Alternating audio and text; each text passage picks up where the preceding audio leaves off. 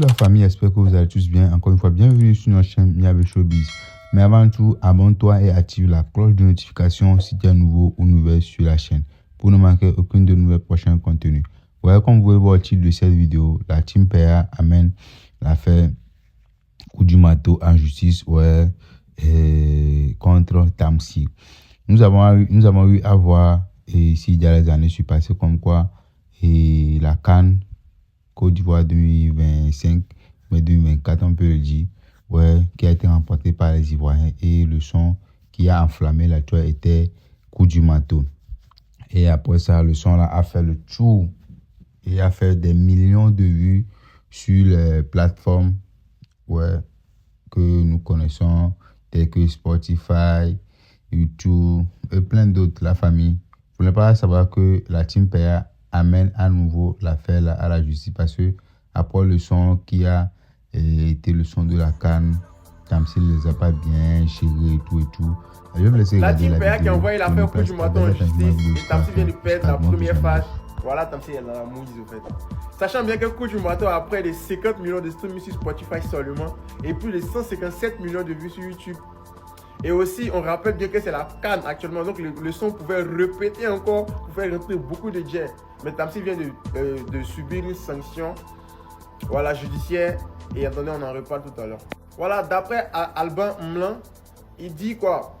Lorsque le coup du marteau a pété, et Tamsy il a fait des bails où il a donné une petite partie à la team PA. Donc la team PA a essayé de régler ça à l'amiable avec lui, essayé de causer, mais Tamsy ne réagissait pas. Donc j'étais obligé d'aller saisir maintenant la justice.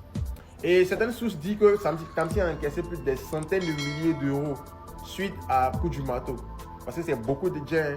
Normalement, 1 million de streaming premium sur Spotify, 4 000 euros. Voilà, en fonction de mes connaissances. Je n'ai pas dit ce que Tamsy a eu, mais bon, je suppose.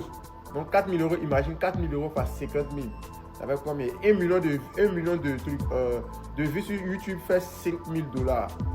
Normalement, en fonction de mes connaissances. Donc multiplier 5 000 $ par 157. Vous allez avoir un peu une idée. Donc, certaines sources estiment les revenus obtenus par Tamsy via coup du marteau des centaines de milliers d'euros. On n'a pas vu. C'est des sources qui ont estimé. La source est Alban Mlan. Et comme je le disais, hein, c'est la CAN au Maroc et je pense que coup du marteau allait refaire un boom planétaire.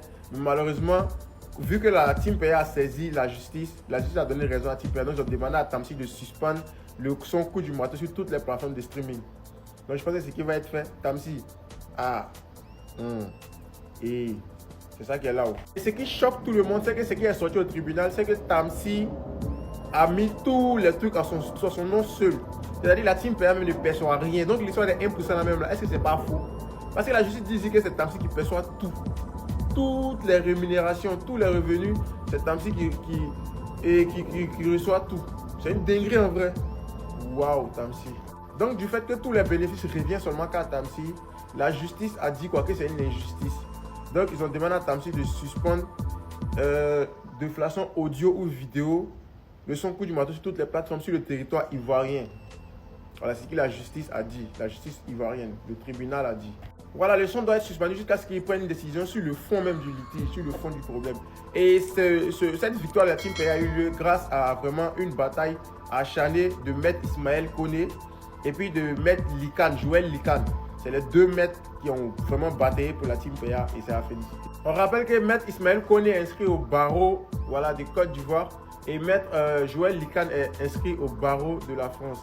Donc les deux se sont bataillés en Côte d'Ivoire et en France pour obtenir cela. Maintenant, ça va rester le fond. Voilà, ils vont se traiter maintenant le fond, c'est-à-dire le fait de reconnaître le travail acharné des autres. Voilà, chacun aura sa part, l'équité et la reconnaissance du travail de chacun. Donc Tamsy, ça vient vers toi. N'hésitez pas à partager, liker, de vous abonner, laisser vos avis en commentaire. Sinon, on voit ça dit quoi, j'espère que vous allez bien. Sinon, chez moi, on ensemble, c'est carré. Bisous. Coup du marteau. Descends en coup du marteau. Il y a eu la cérémonie Sika Award et dites-vous que Imra et Didi peut encore remporter des trophées. Voilà, c'est une autre chose, c'est une dinguerie en vrai. On a Big Set qui remporte la catégorie cover artist. On a Didi qui remporte la catégorie cover album avec Juventus Nova Eurin. La cover là, c'est ouf avec du Boya, Juventus, en pétard. Didi qui remporte ça. Il remporte aussi le meilleur clip avec Holiday Season. Mais Holiday Season, voilà, c'est une dinguerie. sans lui donner du gaz, hein, Holiday Saison, hein, c'est l'un des meilleurs clips de l'histoire du rap ivoire. Ou même le meilleur clip de l'histoire du rap ivoire. Laisse. Holiday Saison. Même de la Côte d'Ivoire en vrai. Holiday Saison, c'est trop ouf, wesh. Voilà, meilleur réalisateur, David Nonos. Meilleur parolier, Didi B. Meilleur concert, hein, Didi B a remporté ça. Meilleur producteur, Dafé. Dafé, ça vient. Donc, Dafé a remporté meilleur producteur, ça a félicité. Et on a TRK qui a remporté, voilà, meilleur rookie. Mais, voilà, meilleur jeune artiste de l'année, TRK. Révélation, voilà. Artiste révélation de l'année, TRK. Et le meilleur artiste masculin de l'année revient à Imra qui remporte ça. La meilleure artiste féminine de l'année, ça revient à Drea. Du rap ivoire, bien sûr.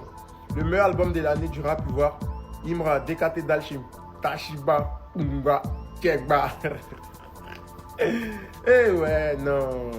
Pour moi, c'est mérité, c'est amplement mérité. Dashiba, Umba, Kekba, laissez. Les gens ne respectent pas Dashiba, Umba, Kekba. Hein. C'est quelque chose, hein. Et le morceau de l'année, c'est Number One, en feat avec Minx, Imra feat Minx Number One, c'était élu meilleur morceau de l'année. Et ça, moi, je pense qu'il n'y a pas de débat. Number One, c'est un classique qu'il a fait sans forcer, on sait que c'est naturel. Et quelqu'un qui va venir me dire Imra vaut rien, c'est qu'il est hypocrite. Hein. On sent que Number One a été fait naturellement. Imra, il a fait ça de façon naturelle tellement que ça mérite tellement le prix de meilleur son de l'année.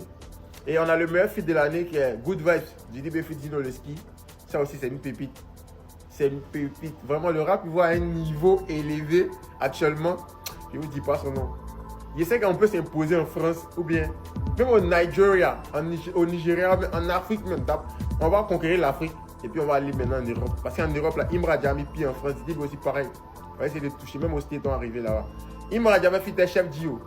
Didi B a eu Billboard au State. On vient vers vous.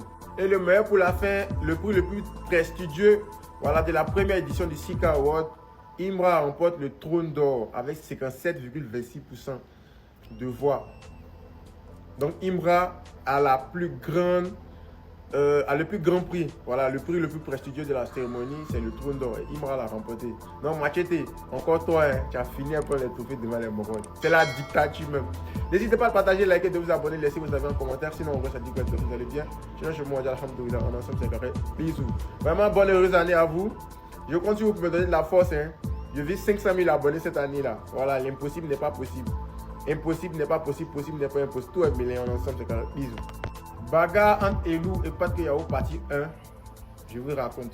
Discours entre Elou et Pat Yao. Elou dit s'il attrape Pat Yao, il va frapper Pat Yao. Pat Yao dit que ça lui l'attend. Beaucoup de gens pensent que lui il est faible. On dit beaucoup de gens l'ont frappé. Donc quand lui va placer Elou, lui va frapper Elou pour gâter l'image de Elou. Bon, il a parlé ça en mode nous c'est une manette terre à terre. On remet dans le contexte. Vous vous rappelez tous, hein, après le concert de Imra, Elou a fait un message d'encouragement à Imra. Il avait dit c'est comme ça dans la vie. Soit on gagne, soit on perd. Voilà où Elou a dit ça va aller, soit on gagne, soit on perd. Et ce qui donne la rage de vaincre, on ensemble périt. Bonne année 2026. Et même il a fait une vidéo encore même pour dire que non, on ne se réjouit pas du mal de quelqu'un, tout ça là. Que il a eu le courage de faire que ça doit être félicité, tout ça. Pas qu'il a pris ça mal, il a fait une vidéo pour sortir, pour clasher Elou, pour parler mal de Elou. Ouais. Donc je vous mets la vidéo de Pat Yao. Même internat, le Bougon, tu ne peux pas baisser à toi seul, tu sais. Si c'est pas la haine ou bien l'aigreur là. Je ne peux pas comprendre comment toi un grand frère comme ça, tu te dis grand frère dévancé de la musique, tu t'assois comme ça pour te réjouir du malheur de ton petit frère. Un petit frère qui veut faire quelque chose que toi seul artiste qui a commencé avant lui ne pourra pas faire. Parce que si aimant, il faut prouver le contraire. Il faut organiser une seule demi-journée seulement du parc d'exposition. Toi seul, il ne faut pas mettre qui fait dedans. On voit ce que tu as fait. Je ne sais pas. Il est là toujours, là. C'est plein. Pourtant, les réels concernés même là. Les ops, les concernés eux-mêmes là, ils n'ont pas encore parlé. Les gars ne se moquent pas. Mais c'est lui on dit qu'il est éliminé depuis 2024, c'est lui qui chante ça. Pourtant, on ne dit pas son nom. Quand il dit son nom, c'est lui qui va aller porter plainte. Mais en ensemble. Quand tu as parlé, c'est pour dire, mes parents, il y a l'un qui tombe pas ta main, nos parents ils chantent. On dirait eux ils chantent. Il ne comprend pas quoi. Et pour lui là, sûrement il ne comprend pas. Petit sale, parler de la culture, mais si tu n'as pas mis non les kiffs, nos bits dedans, tu n'allais pas pouvoir remplir ça. Mais c'est toi qui chantes ça en direct que truc. Vous mettez à des points bizarres là-bas, quand l'artiste est déjà descendu, il y a des connards qui sont là, ils prennent des photos bizarres pendant que tout est déjà fini, le concert c'est déjà fini, les pains. Quand le concert, même le 30, Pendant que l'artiste est encore sur scène, parce que les gars savaient que à la fin d'un concert, il y a toujours des bails, il y a toujours des trucs bizarres qui se passent. Donc, voilà, c'est la partie 1. Si tu vois cette vidéo, sache qu'il y a une partie 2 qui sera publiée juste après cette vidéo-là. N'hésitez pas à partager, liker, de vous abonner. Sinon, on va se dire que vous allez bien. Je suis un moi de la femme de vous. On ensemble, c'est carré. Bisous. Je répète encore. Didi B dit que Ibra bosse sur lui. Il n'a jamais fait quelque chose à Ibra. Si Ibra paye, c'est faux. Il n'a qu'à faire sortir les preuves. Voilà, il n'a qu'à faire sortir les preuves pour montrer ce que Didi B lui a fait. Lui va voir. Voilà, il n'a jamais fait quelque chose à Ibra. Quel est petit à qui il a fait quelque chose, c'est les peines. Voilà, vous savez, moi j'ai toujours dit ça ici. Didi B, vraiment, il y a un souci entre lui et les peines. Mais c'est les peines qui sont hypocrites, notamment Philippe Peine, c'est le plus hypocrite. Mais Didi B continue à rire à lui, malgré tout ce qu'il fait à Didi B là. Didi B continue à rire à lui. Même Didi B l'a vu au Nigeria, Didi B a causé à lui, il a ignoré Didi B. Même au comptoir, Peine a dit ça, que Didi B lui a dit, ah, faut venir attraper ton ami, il est parti. Mais que lui n'a même pas calculé Didi B, tu vois. Il dit que c'est vrai, lui, il devait les explications à Peine. Au Peine, les deux. Mais c'est pas parce qu'il vous donne l'explication que vous devez vous foutre de lui. Il était dans des périodes compliquées aussi. Il devait gérer des trucs avec son label. Il avait des problèmes d'avocat et tout ça. Donc voilà, moi je pense que les peines ne sont pas reconnaissables malgré tout ce qui s'est passé. Je vous mets l'exclu. Là, tu n'as pas venu mentir sur moi partout. Tu m'as menti que non, il était fait quelque chose à cause de ça que les trucs des films chinois là, tu mens petit, tout ce que tu es dedans là, tu mens de zéro jusqu'à la fin. Les seuls petits à qui j'ai appelé leur vieille pour leur dire ils n'ont qu'à arrêter de faire, c'est les petits de Peine Industrie. Ils savaient. Parce que c'est les petits. C'est des petits, c'est moi je devais m'occuper d'eux et c'est leur vieille qui les envoie vraiment que je m'occupe d'eux. Et après, aujourd'hui je le dis, et après, même quand je vois Philippe Peine, pourquoi il rit à lui? Pourquoi malgré toutes ces sorties, pourquoi il rit à lui? C'est parce que mon petit Philippe Peine, quand il est sorti de son affaire comment on appelle ça, de 1 million de quoi, il est dans ses droits. Parce qu'ils ont voulu que je fasse un clip, et puis je ne l'ai pas fait dans la période, et puis après, c'est leur moment qui avait géré ça, c'est le réalisateur Steven qui avait géré et tout. Et puis moi maintenant, j'étais dans un problème de label, des avocats et tout. C'était vraiment une période. Voilà, c'était vraiment une période sombre pour moi. Et je suis pas venu leur expliquer. Je leur devais des explications. Logique. C'est logique, ils ont raison. Eux-mêmes, je leur ai dit, les petits, calmez-vous, il n'y a pas de problème. Mais du moment où eux-mêmes, après, ils ont commencé à dégamer, j'ai dit, bon, restez dans votre gamme, payez-vous là même. Je trouve ça commence à manquer de respect. Hein. Même la vieille, à moi, il y a trop de respect pour la vieille et tout. Si vous vous amusez maintenant à rentrer dans autre chose à moi, donc chacun reste dans son coin. En tout cas, moi, je pense que Didi B, il a bien fait les choses, il s'est expliqué. Voilà, il voit que effectivement lui, les peines, ça n'a pas été comme ça. Il voit que, voilà, effectivement, lui, il a un peu essayé, mais bon. Eh bien, nous voici arrivés à la fin. Abonnez-vous, activez la cloche de notification. Bref, Yabé Showbiz se positionne comme une plateforme dédiée à la valorisation de l'industrie culturelle et artistique. À travers nos contenus, nous mettons en avant les talents, les actualités et les initiatives qui façonnent le paysage du showbiz. Merci de votre fidélité.